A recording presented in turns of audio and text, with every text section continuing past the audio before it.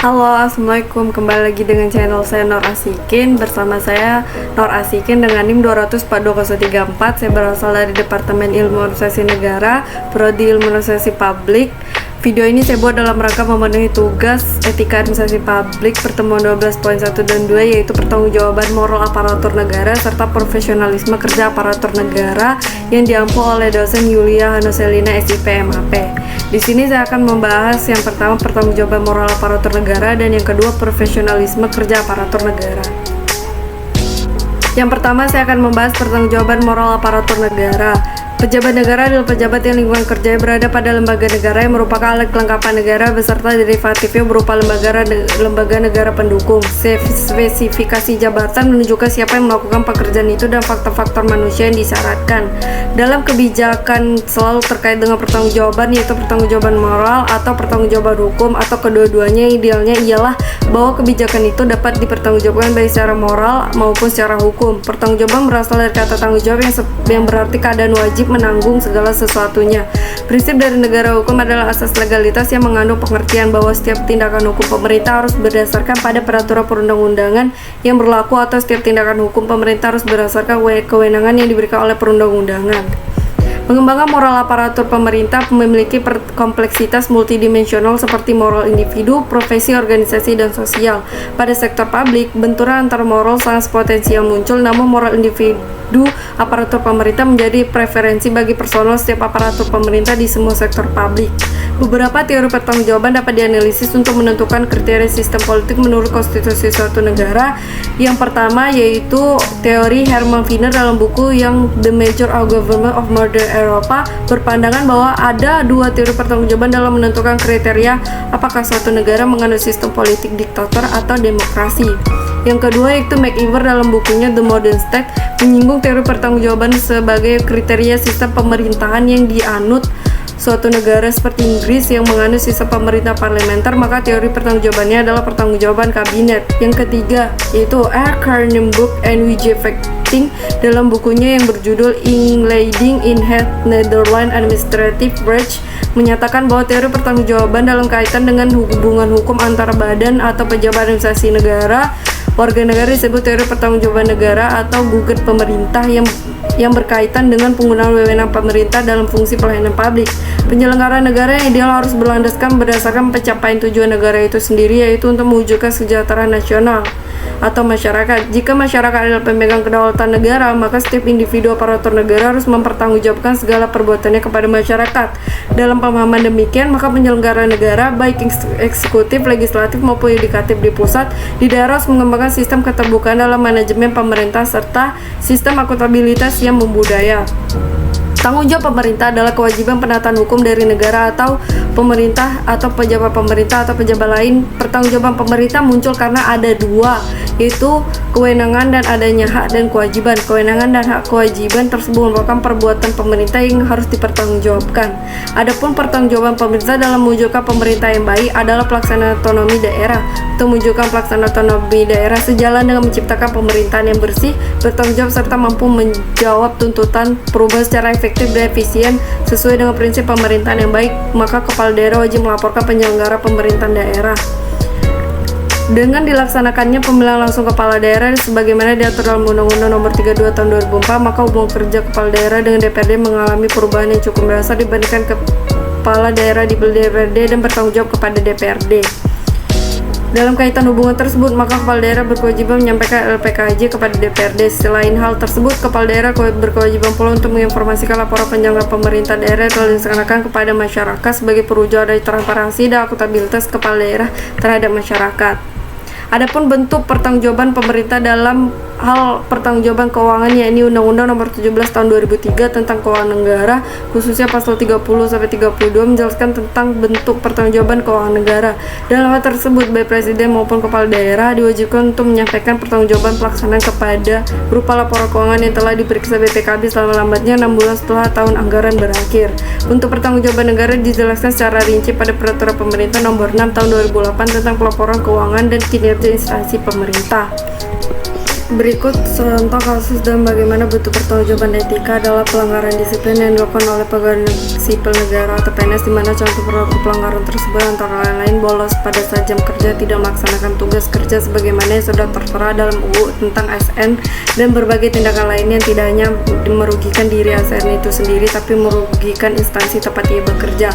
Beberapa bentuk pertanggungjawaban etika yang patut diberikan adalah melalui hukuman kode etik yang diberikan kepada ASN tersebut meliputi 1. Teguran lisan. Hukuman disiplin yang berupa teguran lisan dinyatakan dan disampaikan secara lisan oleh pejabat yang berwenang menghukum kepada ASN yang melakukan pelanggaran disiplin. Yang kedua, teguran tertulis. Hukuman disiplin yang berupa teguran tertulis dinyatakan disampaikan secara tertulis oleh pejabat yang berwenang menghukum kepada ASN yang melakukan pelanggaran disiplin. Yang ketiga, pernyataan tidak puas secara tertulis. Hukuman disiplin yang berupa pernyataan tidak puas dinyatakan dan disampaikan secara tertulis oleh pejabat yang berwenang. Penundaan kenaikan gaji berkala untuk paling lama 1 tahun. Hukuman ini sekurang-kurangnya 3 bulan dan untuk paling lama 1 tahun. Yang kelima, penurunan gaji sebesar 1 kali kenaikan gaji berkala paling lama 1 tahun.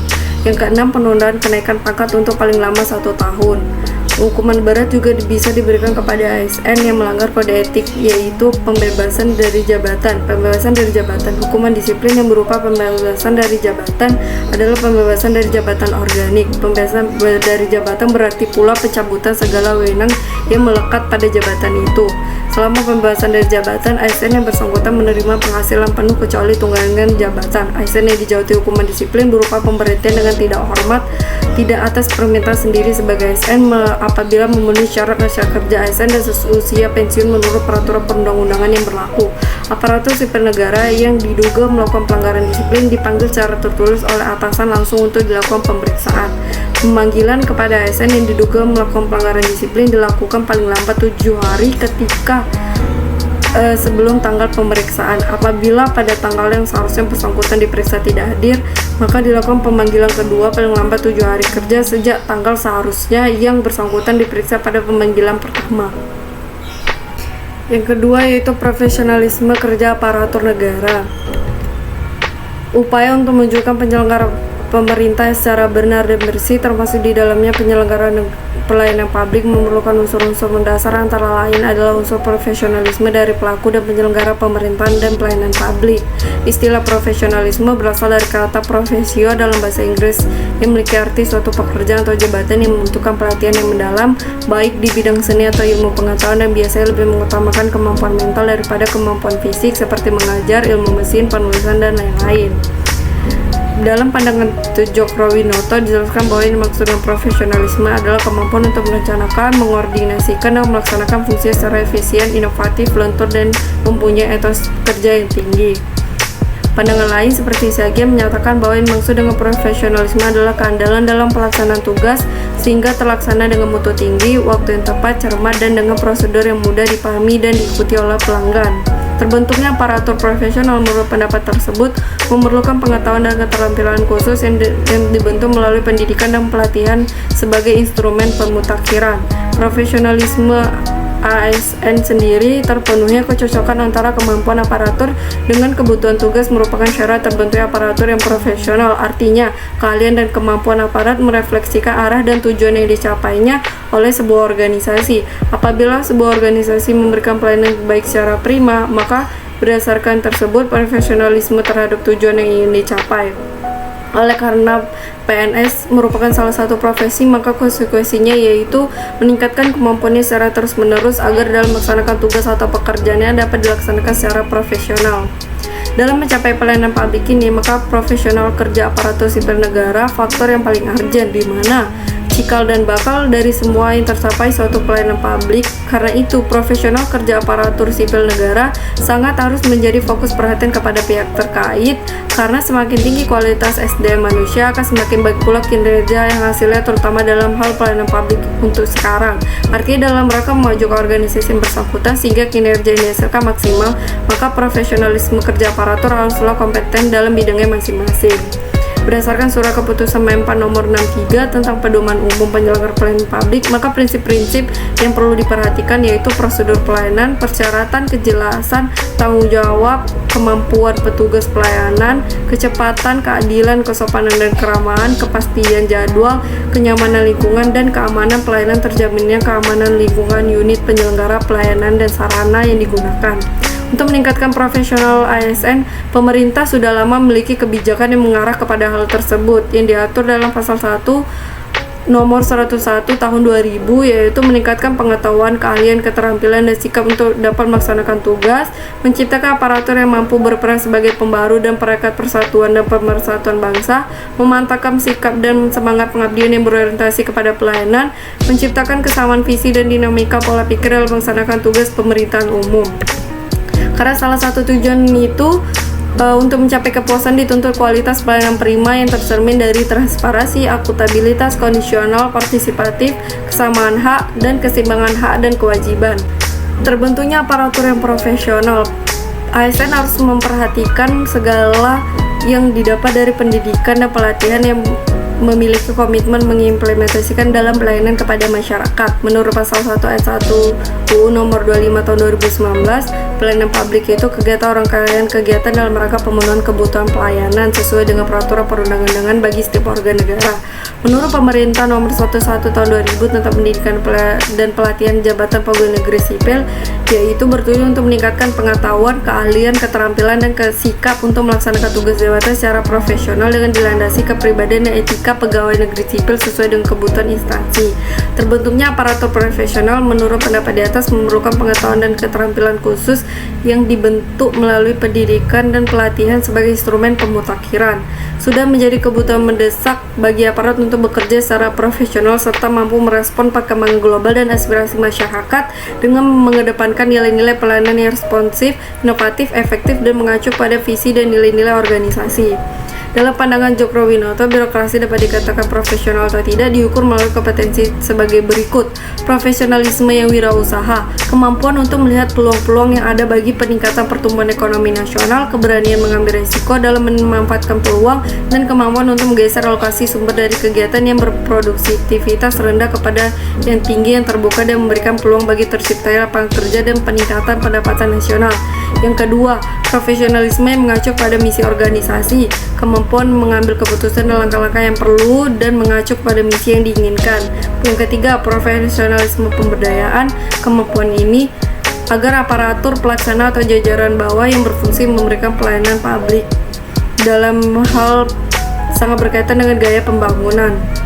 Menurut Siagian, profesionalisme diukur dari segi kecepakatannya, yaitu yang pertama, kreativitas, kemampuan aparatur untuk menghadapi hambatan dalam memberikan pelayanan kepada publik dengan melakukan inovasi. Yang kedua, inovasi, perwujudan perubahan hasrat dan tekad untuk mencari, menemukan, dan menggunakan cara baru, metode kerja baru dalam pelaksanaan tugasnya.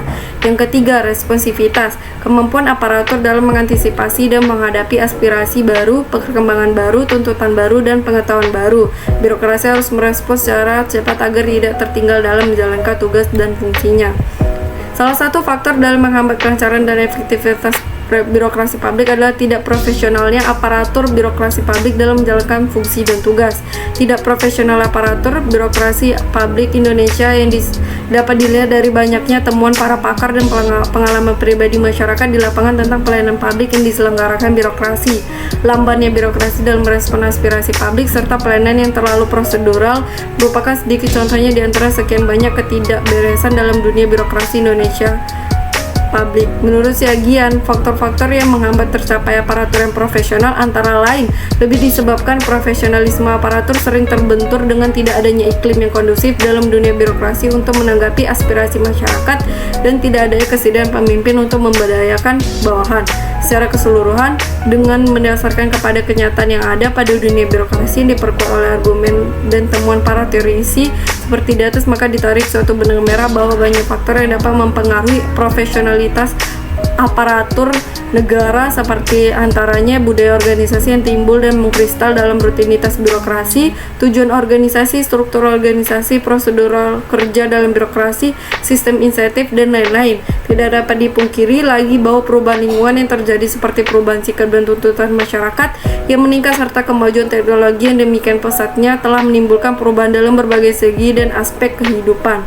Konsekuensi terhadap perubahan lingkungan tersebut menuntut aparatur untuk bekerja lebih profesional, antara lain dengan cara merespon dan mengakomodasi aspirasi publik ke dalam kegiatan dan program pemerintah. Sekian dan terima kasih. Semoga materi yang saya sampaikan dalam video tersebut dapat bermanfaat bagi yang menonton dan melihatnya. Apabila ada kesalahan kata mohon dimaafkan, karena kesempurnaan itu hanya milik Allah SWT. Saya tutup video ini dengan ucapan terima kasih dan wassalamualaikum warahmatullahi wabarakatuh.